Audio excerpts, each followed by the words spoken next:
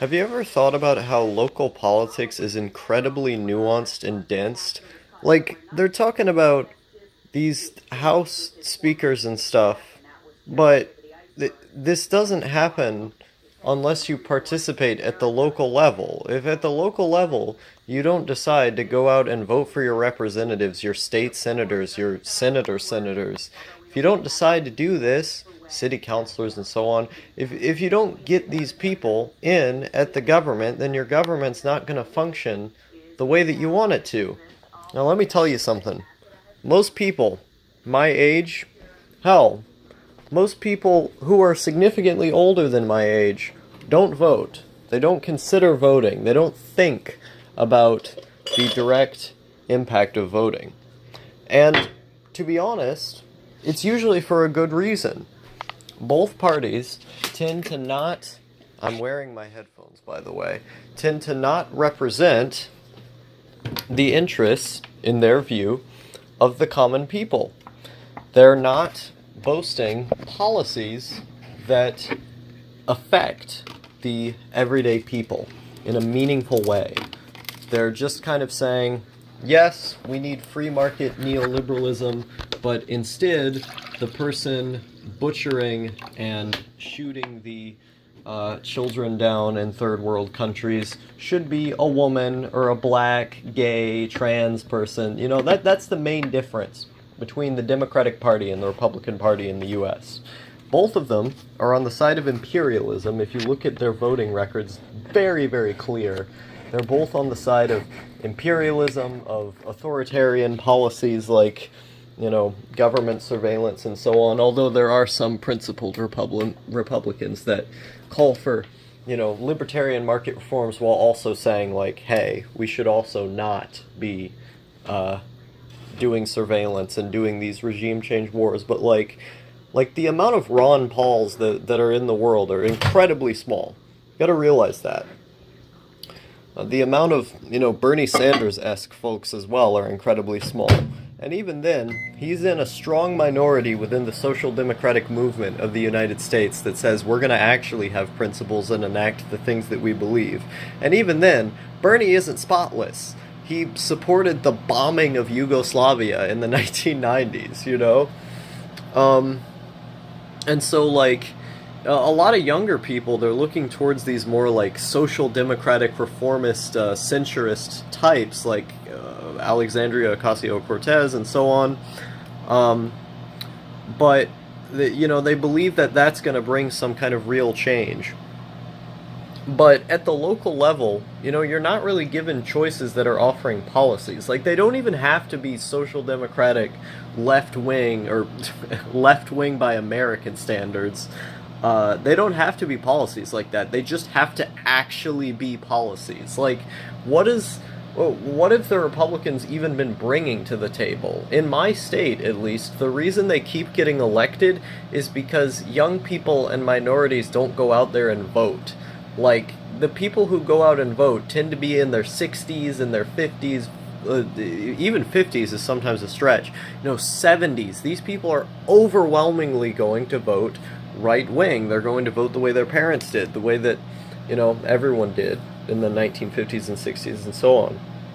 And so, because young people are going to be disenfranchised by the lack of principles on the side of either party, when they see that, okay, yeah, that's great and everything that you want to have a black trans person committing genocide in other countries, but you're still committing genocide, you know? It's great that you want to have a gay, you know, queer, gender intersectional, Mexican, Asian, mixed race person, you know, on the side of cutting Medicare and bailing out Wall Street and cutting regulations on oil industries and pharmaceutical companies and so on.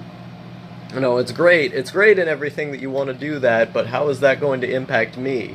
It's almost like, you know, when you have these super rich people in power, the only way that they diversify things is just by making minorities rich, and then all of the poor minorities still suffer.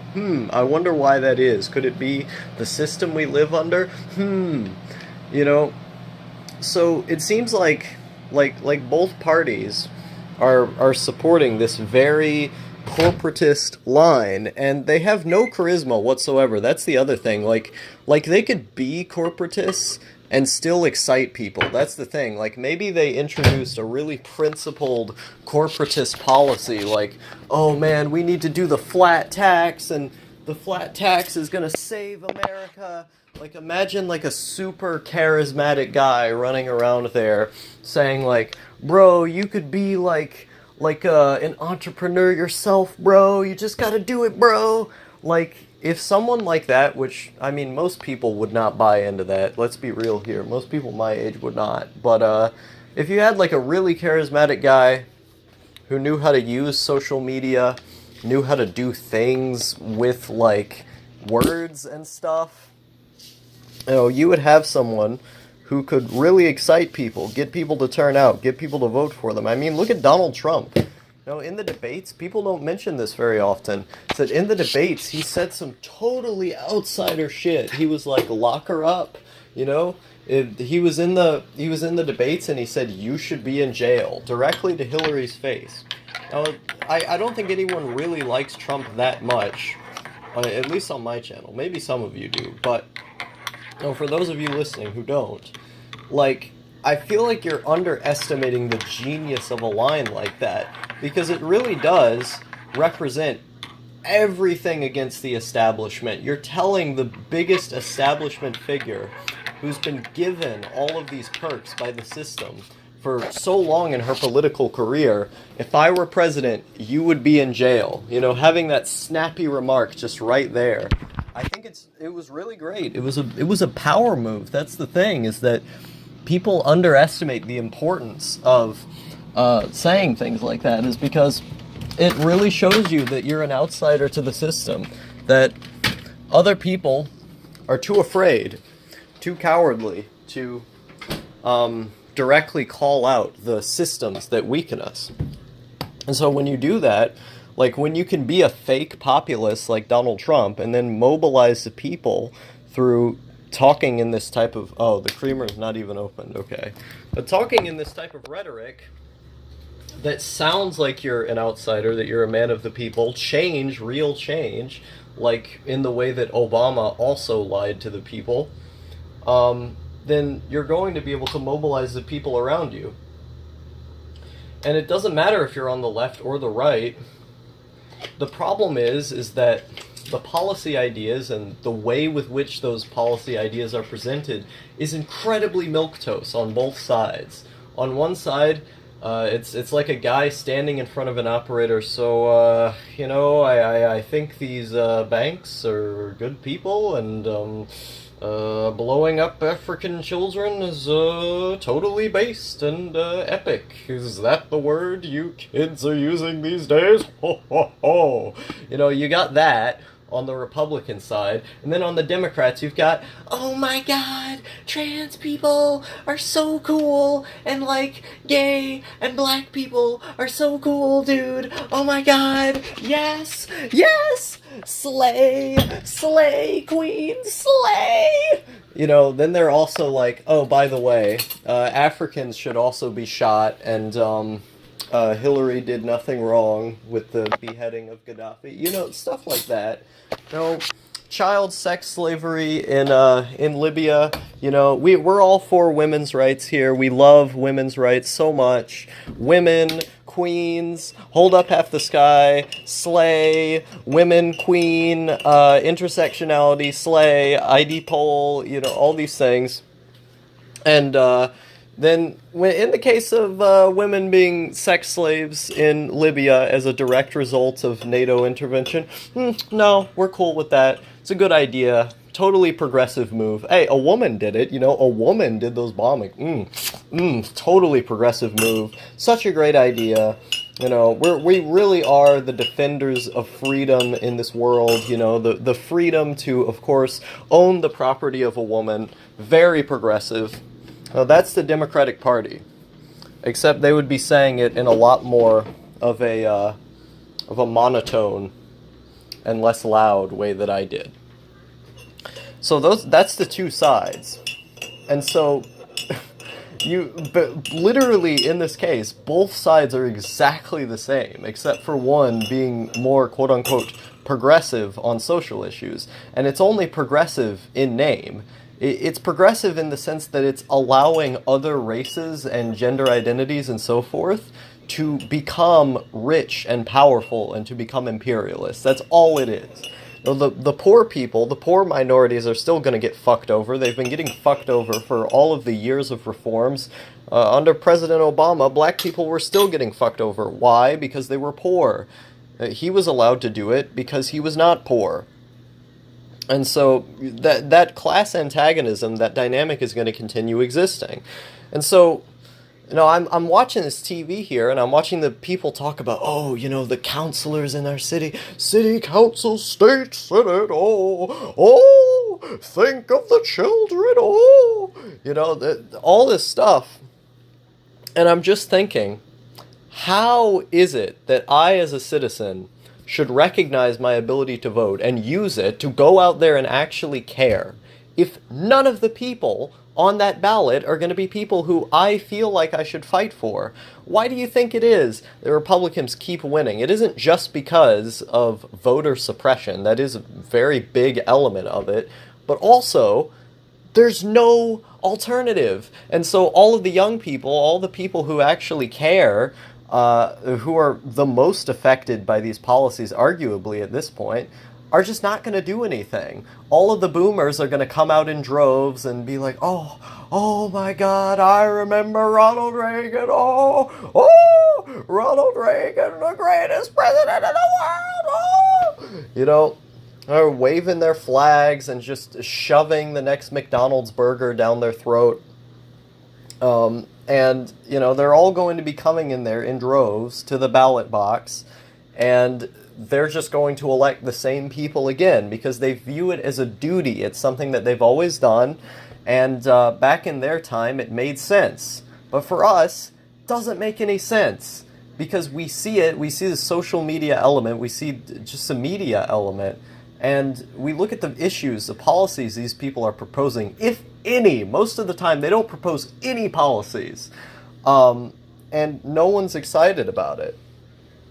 If the Democrats, or the Republicans really, just proposed actual policies and then used even a modicum of charisma to argue for those policies, and if people actually knew what the fuck local elections are, then we could get something done in this country on either side. But no one's doing that. No one's even trying to do that. You got people like the Justice Democrats kind of trying to push for that, but those guys have no sway at this point. Maybe they'll develop into something at some point. They got AOC elected and Ilhan Omar. Ilhan Omar is like the only good congressperson in this country, unironically.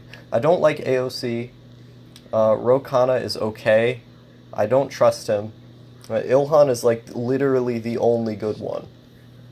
But I had a broader point that I was going to connect this to. I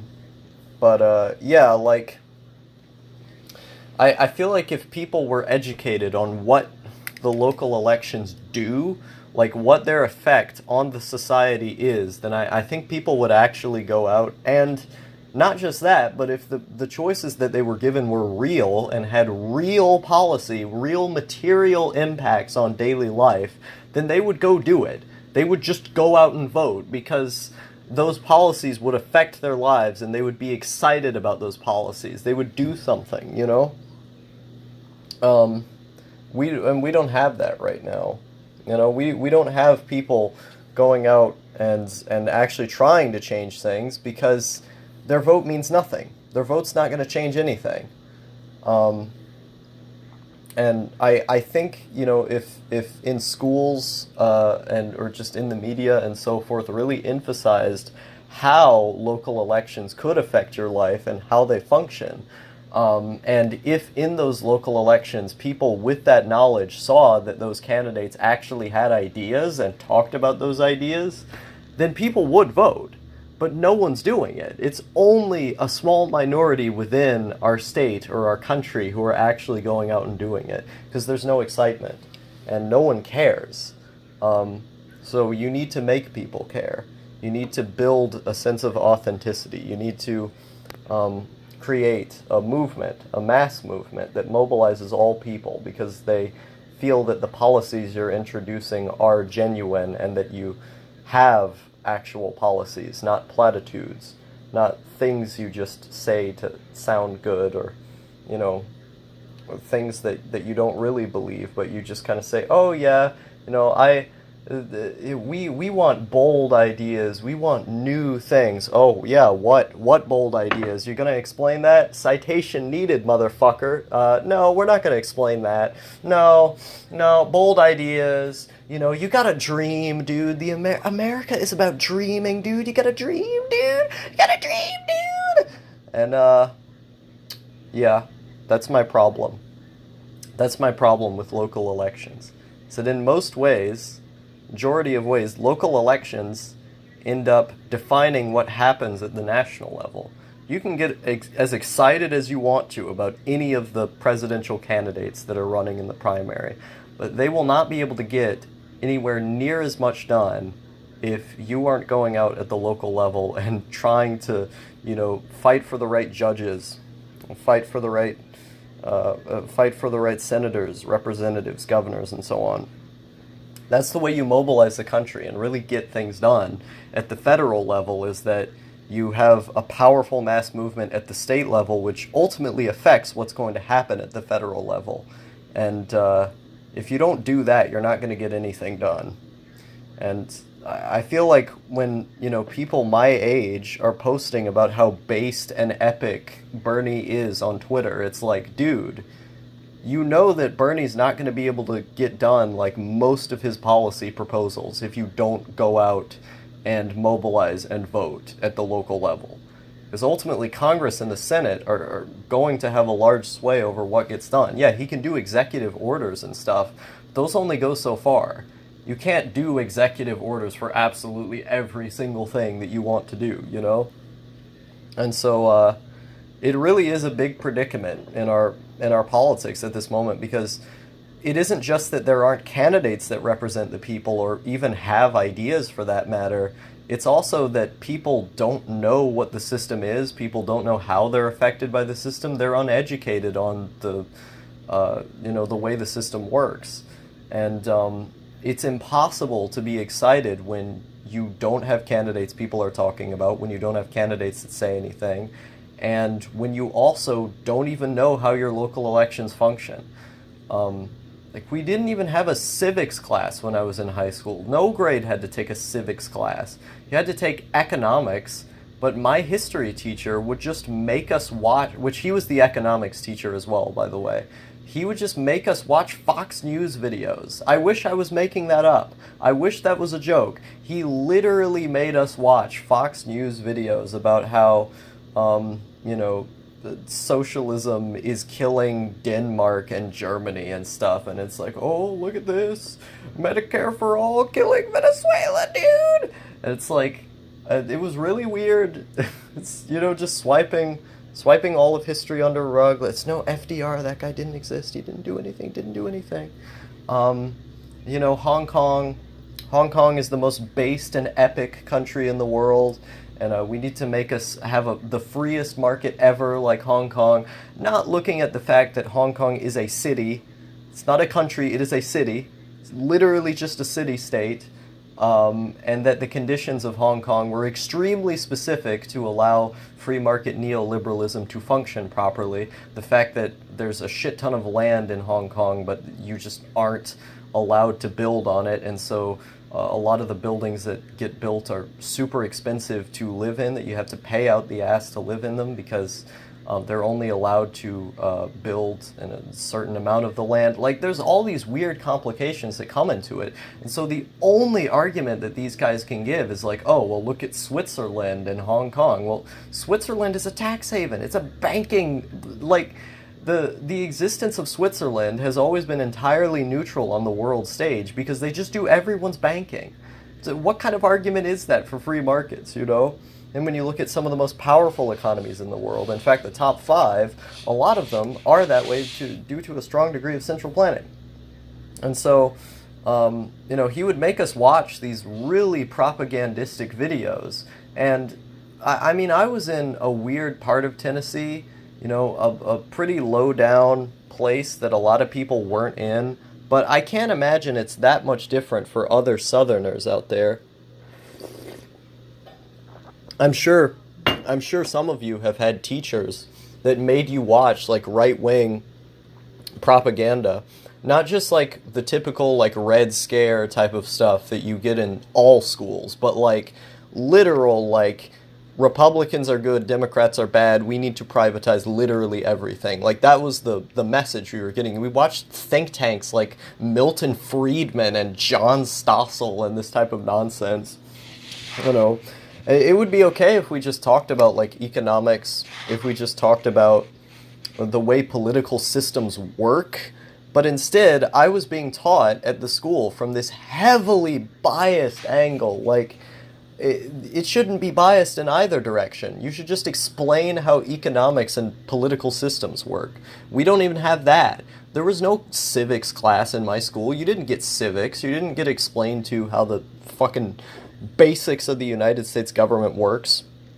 So of course you're going to have an uneducated populace who doesn't know how to do anything when it comes to making their country a better place. And honestly, I feel like the elites of this country would rather have it that way.